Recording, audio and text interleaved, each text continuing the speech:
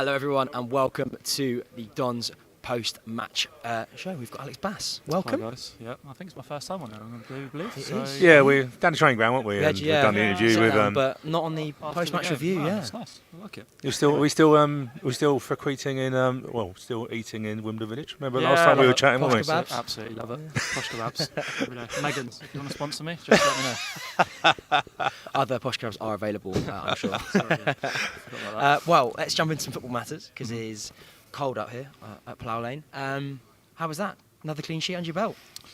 Yeah, I can't say I had a lot to do today, but credit to the boys in front of me. I thought they were excellent. Really good. Brownie, JJ, Kofi, all of the boys defended really well and restricted them to very little. It was a little bit unfortunate in the end that we couldn't quite get that goal to get the win, but as you said, another clean sheet, and that's all I can ask for as a defensive unit.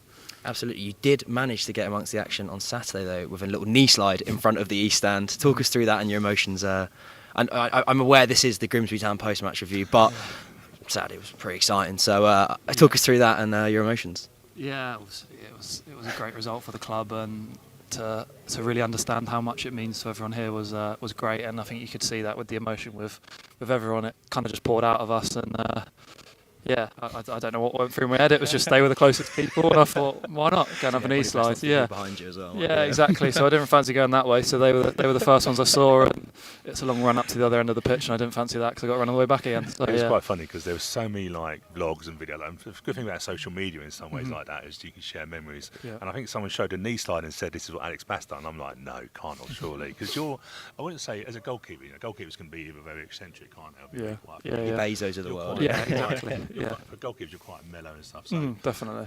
Was that just a release? Because I imagine it's been a tough week in the lead up to it. Because it's never a nice game in terms of the build up and aspect so much. Or was that more like a release at that point as well? Yeah, I think it's just the way we won it, the game, the magnitude of the result, just everything kind of boiled to the surface. And sometimes to be honest, I can't even remember what I was doing. It was just one of those.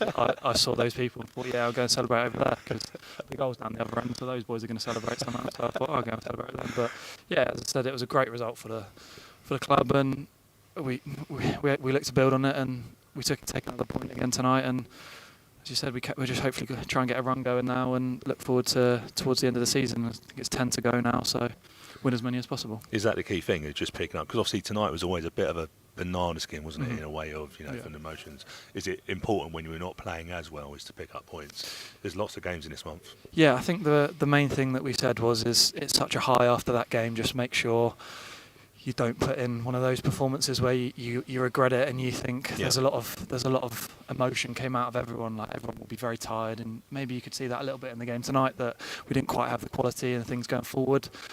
But in those games, you just don't get beat, and that's what we did. And we take the point, we take the clean sheet as a unit, and we move on to the next one on Saturday.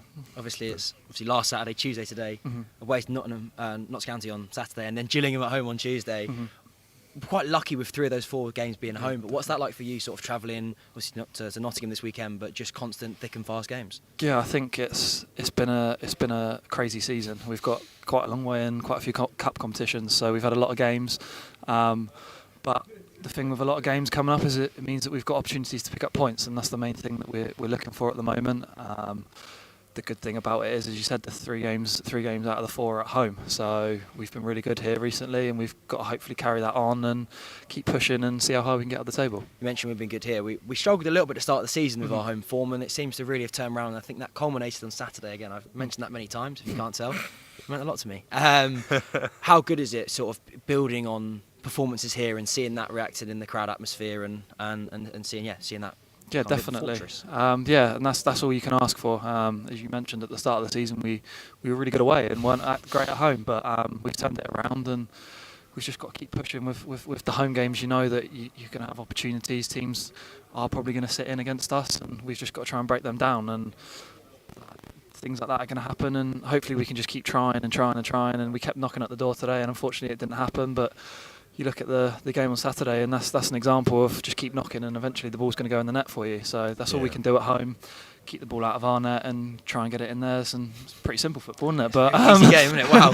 Yeah, that's what we've got to try and do at home. And as I said, Notts away is going to be a different challenge again, and they're probably going to be quite expansive and look to get the ball down. And I think the gaffer says that suits us quite well, that we can get after them. So hopefully that game will pan out how we want it to. And then, as you said, another game on Tuesday against Gillingham, when all these games are against teams that are up and around us, and we've just got to keep trying to take as many points as we can off of those teams and see where it takes us. How have you found the formation change? Obviously playing three at the back. A lot of different centre-half partners. So if you think about centre-halves, it's all about partnerships, isn't it? I'd imagine as a goalkeeper, that's probably the biggest partnership. How have you found it with the change of formation, the change of personnel? Yeah, I think as a goalkeeper, it's very weird. Like you're kind of your own person in the team. Everyone is in front of you, and you're kind of just doing what you want to do. Well, not what you want to do at the back, but you kind of feel a bit different. So I don't really take much attention to it. Obviously, John Joe's come in and he's been excellent in the last couple of games at the heart of that. Brownie's found himself a new position that he looks quite comfortable in. So I've just been really enjoying it. And whoever plays in front of me, I have massive support of them, and they have massive support of me, and there's that trust that we're gonna bail each other out if ever needed. Do you lead the conversation? So do you lead the calling and stuff like that, or do you? Because obviously John Joe and you've got Lee Brown in front of you. He's quite loud, isn't he? Aren't they? Yeah, and they love shouting anyway, don't they? Yeah, I mean you hear Brownie, he just shouts, doesn't he, for the sake of shouting? But I mean they're both really experienced players, and I think you almost need that at this time of the season, that you can really call on your experienced players. And it's great that they've. Because to be fair to Brownie, he hadn't played many that season. No. So for him to come in at the time that he's did and is just churning out games, because you said how many games there's been Saturday, Tuesday. For him to keep going the way he is and keep turning out performances and keeping clean sheets, it's a credit to all of them. I think they've all got different things. Yeah. Kofi's the younger, more experienced, the more like legs player. Rocket Rocket arms, got a hell of a throw in it. And he's that young kind of legs winning headers, and then you've got John Joe and Brownie, who are both composed, experienced players that are good on the ball, and it blends really nicely, and then it gives Jack a bit of freedom on that left hand side, and then Josh playing right wing back, just an engine, isn't he? Up and down all day. And it's, galore, isn't it? Yeah, and I mean that tackle in the first half down there was ridiculous. He seems to enjoy his tackles more than his crossing. Yeah, it's on crazy. Saturday, he celebrated it. Yeah, he loves it, doesn't he? He's a frustrated defender. He's just, as I said, he's just like a Duracell bunny, isn't he? He just runs and runs and runs and doesn't know when to stop. And I mean, he's only been back a couple of weeks from his injury. So again, credit to him that he's turning out performances like that. It's just, I have to give credit to every single one of them today. Yeah. Like as a unit, we were so solid. They had one shot on goal and they hit the bar. I didn't have anything else to do. So it's a real credit to the boys, and we'll keep pushing, and hopefully the ball will end up back in the back of their net sometime I've got soon. one last question for you, because I know you are pushed for time. But we spoke to you earlier on in the season, when you're a relatively new face in the dressing room and runs the squad. How's that changed for you now? Sort of, how's life for Alex Bass changed at Wimbledon? Now we're in a very cold March compared to a very, very warm August. I was sweating that interview. Yeah, it was hot. It was a lovely day, wasn't it? Exactly the same as it was then. Like, I just keep playing my football, keep enjoying my football, and the lads are the lads. Like, we all get on really well. Like, it's a great group here, and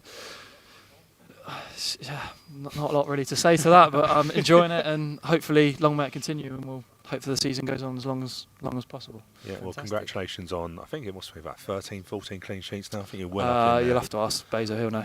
You're not one that keeps a stat, you're not a stat man. Every now and then. He's actually secretly got it in his wall. I don't actually know, 14 maybe, 13, yeah, I think 14, I think we are close 15 maybe. I think I kept one in the cup, didn't I?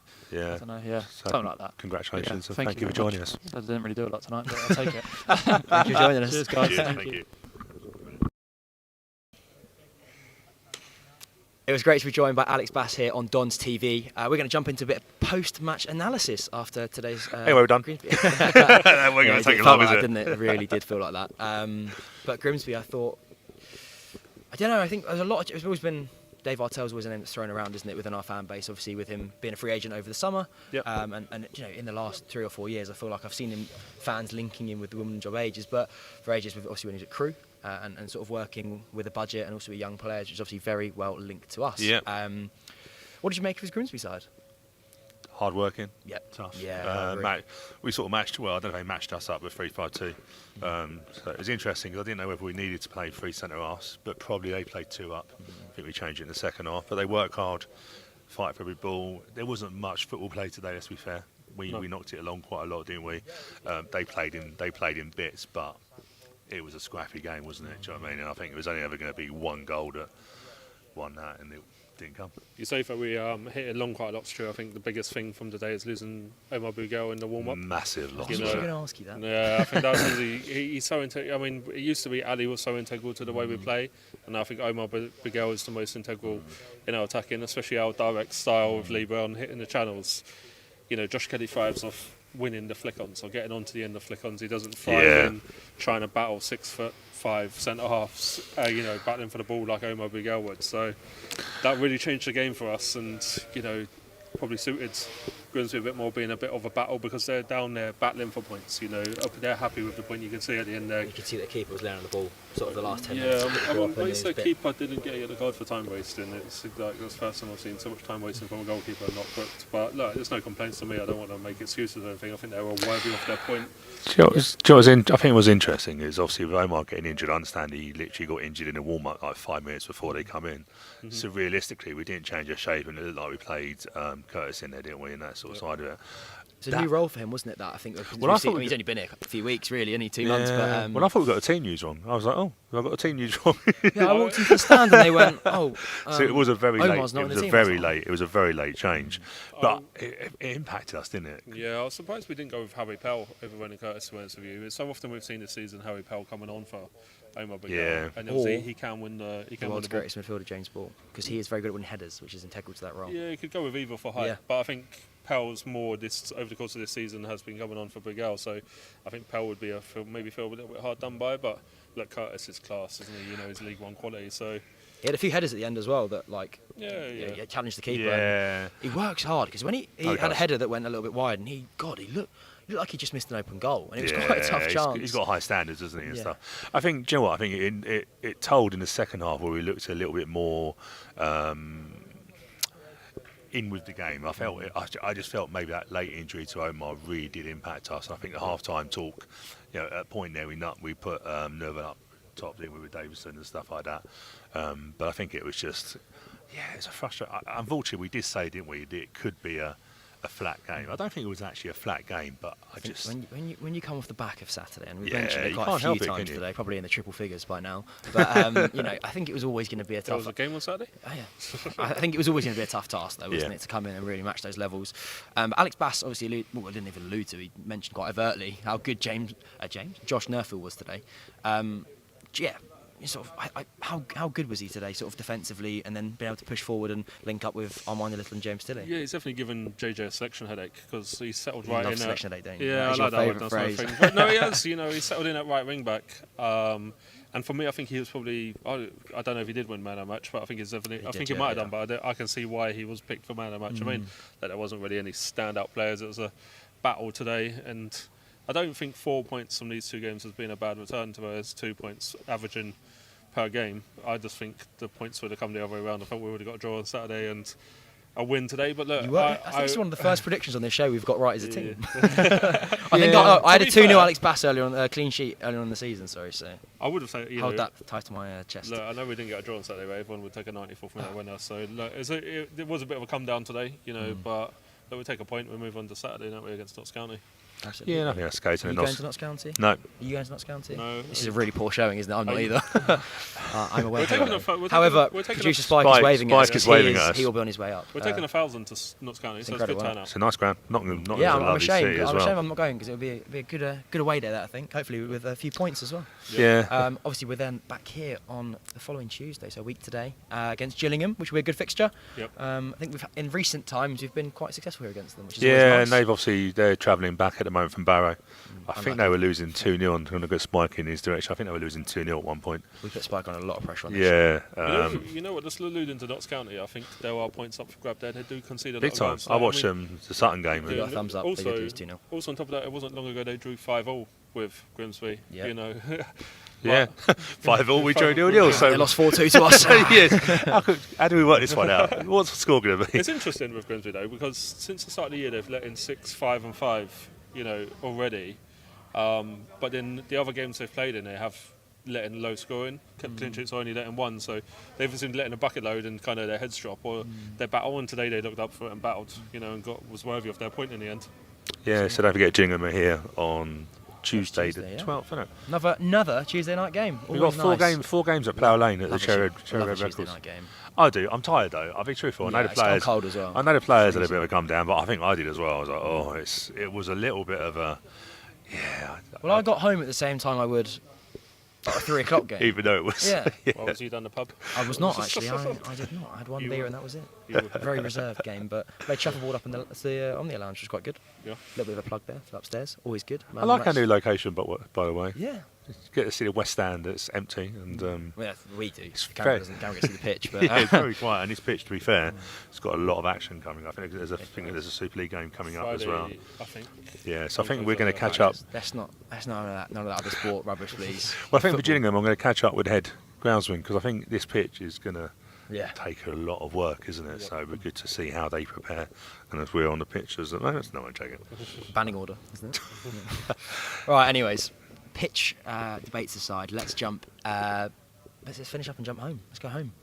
Jump we will home? see. Yeah, jump home. Yeah. After Saturday, I was.